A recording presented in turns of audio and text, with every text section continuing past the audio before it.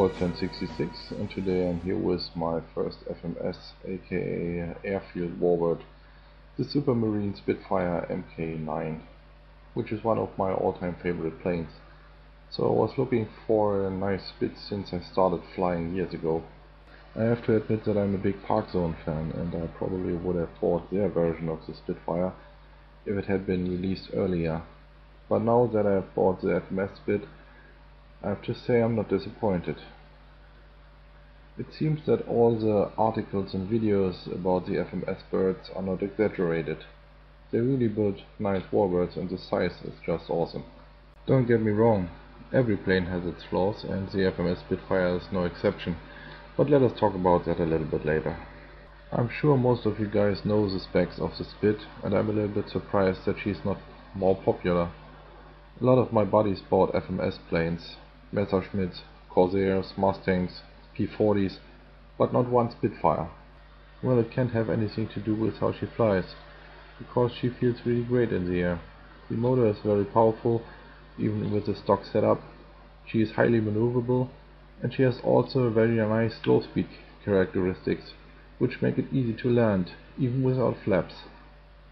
The installed servoless electric retracts were fine, but they don't seem to be very durable to me, so don't try too many hard landings, and as many of you might already read on the net, they need to be modified, especially if you want to use them on a grass landing strip.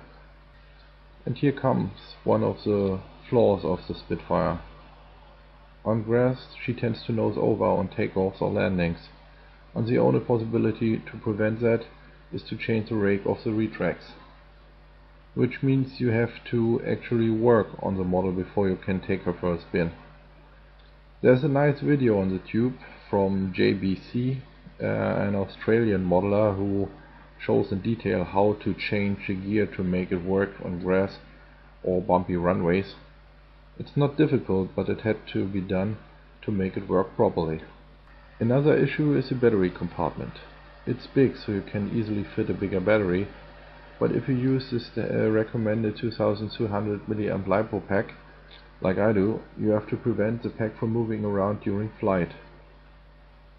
So I use a soft rubber block that I squeeze in behind the battery to prevent it from moving.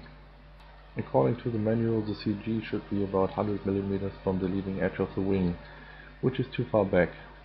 It would make the plane tail heavy and extra responsive on the elevator, which is not a good thing, because the Spit is twitchy enough as it is. So I put the CG at about 90 mm, which meant to install nose weight. In my case, about 65 grams. Not the best solution, but I didn't want to buy new batteries. All these modifications make this plane not really beginner friendly, so this is definitely an intermediate or expert level plane. So my advice to all the beginners out there: look for something else. Make this your third or fourth plane, not your second, and definitely not your first one. So despite the few minor flaws, the FMS Spitfire is definitely a nice addition to every hangar. The scale looks, the great flight performance and the good build quality makes this warbird a must for everyone who has the space to fit it into his or her hangar. One of the great classics every warbird fan should own. So, this should be it. I hope you enjoyed the short video. If you have any questions about the plane or the modifications I made, just leave a short note and I'll try to answer it. Have fun at the flying field, guys. Warbird Fan 66 out.